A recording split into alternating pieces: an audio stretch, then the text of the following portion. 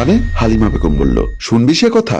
তাহলে শোন। আয়েশাকে বিয়ের জন্য দেখতে এসেছে রিয়াজ ও তার মা। হালিমা বেগম বলল, তুমি কি গান জানো? মেয়েটা মাথা তুলে পড়ল, আমি আপনার ছেলেকে বিয়ে করলে কি প্রতিদিন গান শোনাতে হবে? হালিমা বেগম একটু অবাক হয়ে বলল, না না, সেটা না, এমনিতে জিজ্ঞাসা করলাম। আচ্ছা ঠিক আছে, তো তুমি কি রান্না বান্না করতে পারো? আয়েশা বলল, আপনার ছেলেকে কি প্রতিদিন রান্না করে খাওয়ানোর জন্য নিয়ে যাচ্ছেন আমাকে?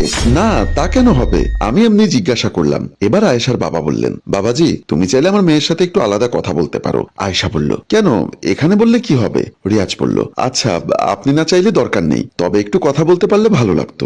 ইদ্রিস সাহেব বললেন, জানা মা, একটু ভেতরে গিয়ে কথা বল। আয়েশা উঠে চলে গেল। শ্বশুরের ইশারায় পেছনে গেল রিয়াজ।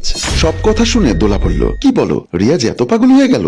বিশ্বাস কর, মাত্র 10 মিনিট কথা বলেছে। কি যে এমন জাদু করলো আমার ছেলেটাকে, কিছুই বুঝতে পারছি না। এমন ভাবে জিদ করলো, আমার পা ধরে বসে থাকতো শুধু ওই মেয়েটাকে বিয়ে করবে বলে। তারপর আর না পারতে ছেলের মুখের দিকে তাকিয়ে এই মেয়েটাকেই বউ করে আনলাম। দোলা বলল, সবকিছু ঠিক আছে, শুধু তোমার ছেলে তোমার হাত ছাড়া না হলেই হলো। হালিমা বেগম বলল, এভাবে বলছিস কেন? মেয়েটা কিন্তু ভালো, আমি খোঁজ খবর নিয়ে দেখেছি, কিন্তু সমস্যা হচ্ছে খুব বদমেজাজি। না বাপু, যেভাবে বললে তোমার ছেলে পাগল হয়ে গেছে 10 মিনিট কথা বলে, এখন তোমার ছেলেকে যদি তোমার কাছ থেকে অন্য কোথাও নিয়ে যায়। না মানে আজকাল তো এসব ঘটনা আশেপাশে অনেক দেখা যায়, তাই বললাম আর কি। যাই হোক, আমি তাহলে আসি, কাল রাত থেকেই আছি। তোমার দুঃখ আমি আর চোখে দেখতে পাচ্ছি না। কথাগুলো বলে দোলা চলে গেল। আর হালিমা বেগম টেনশনে পড়ে গেলেন, তার ছেলে কি আসলেও তার হাতছাড়া হয়ে যাবে। সন্ধ্যায় কলিং বেলের শব্দে দরজা খুলে দিলেন হালিমা বেগম। রিয়াজ ঢুকলে তিনি বললেন, বাবা তুই এসেছিস, ভালো হয়েছে।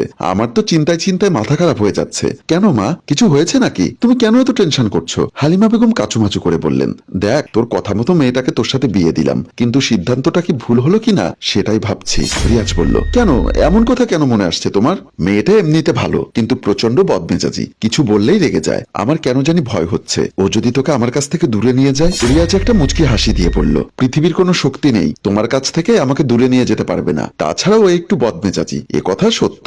এ বিষয়টা নিয়ে আমি ওর সাথে আলাদা করে কথা বলবো অবশ্যই, কিন্তু তুমি যেটা নিয়ে ভয় পাচ্ছ সেটা কখনোই হবে না। আমি তোমাকে খুবই ভালোবাসি মা। হালিমা বেগম নিশ্চিন্ত হয়ে ছেলের মাথায় হাত বুলিয়ে দিলেন। এদিকে নিজের ঘরে মন খারাপ করে বসে আছে আয়েশা। রিয়াজ ঝুঁকে বলল, কি ব্যাপার, কোনো কারণে কি মন খারাপ? আয়েশা বলল, মন খারাপ হবার মতো কিছু হয়নি। তাহলে আমার সুন্দরী নতুন বউটার মুখটা এমন লাগছে কেন? আয়েশা চুপ করে আছে, কিছুই বলছে না। রিয়াজ বলল, আমি তোমার সাথে একটা গুরুত্বপূর্ণ বিষয়ে কথা বলতে চাই। কি বিষয়? রিয়াজ একটু নিঃশ্বাস ফেলে আবারও বলল, আজকে আমি তোমার বাসায় গিয়েছিলাম, তোমার বাবার সাথে অনেকক্ষণ কথা বলেছি। তিনি আমাকে সবকিছু খুলে বলেছেন। মানে? আমার বাবার সাথে আপনি কি বিষয়ে এত কথা বললেন? রিয়াজ বলল, উনি আমাকে সব কথা খুলে বলেছেন। আমাকে বলেছেন 3-4 মাস আগে তোমার মা মারা গেছে, আর তারপর থেকে তুমি কিছুটা মনমরা হয়ে থাকো সবসময়। এমনকি সবসময় তোমার মন মেজাজ খারাপ থাকে, তাই কেউ কিছু বললে সহজে রেগে যাও। আয়েশা মাথা নিচু করে রইল। রিয়াজ বলল, এখন তোমার বিয়ে হয়ে গেছে, নতুন পরিবারে এসেছো, এখানে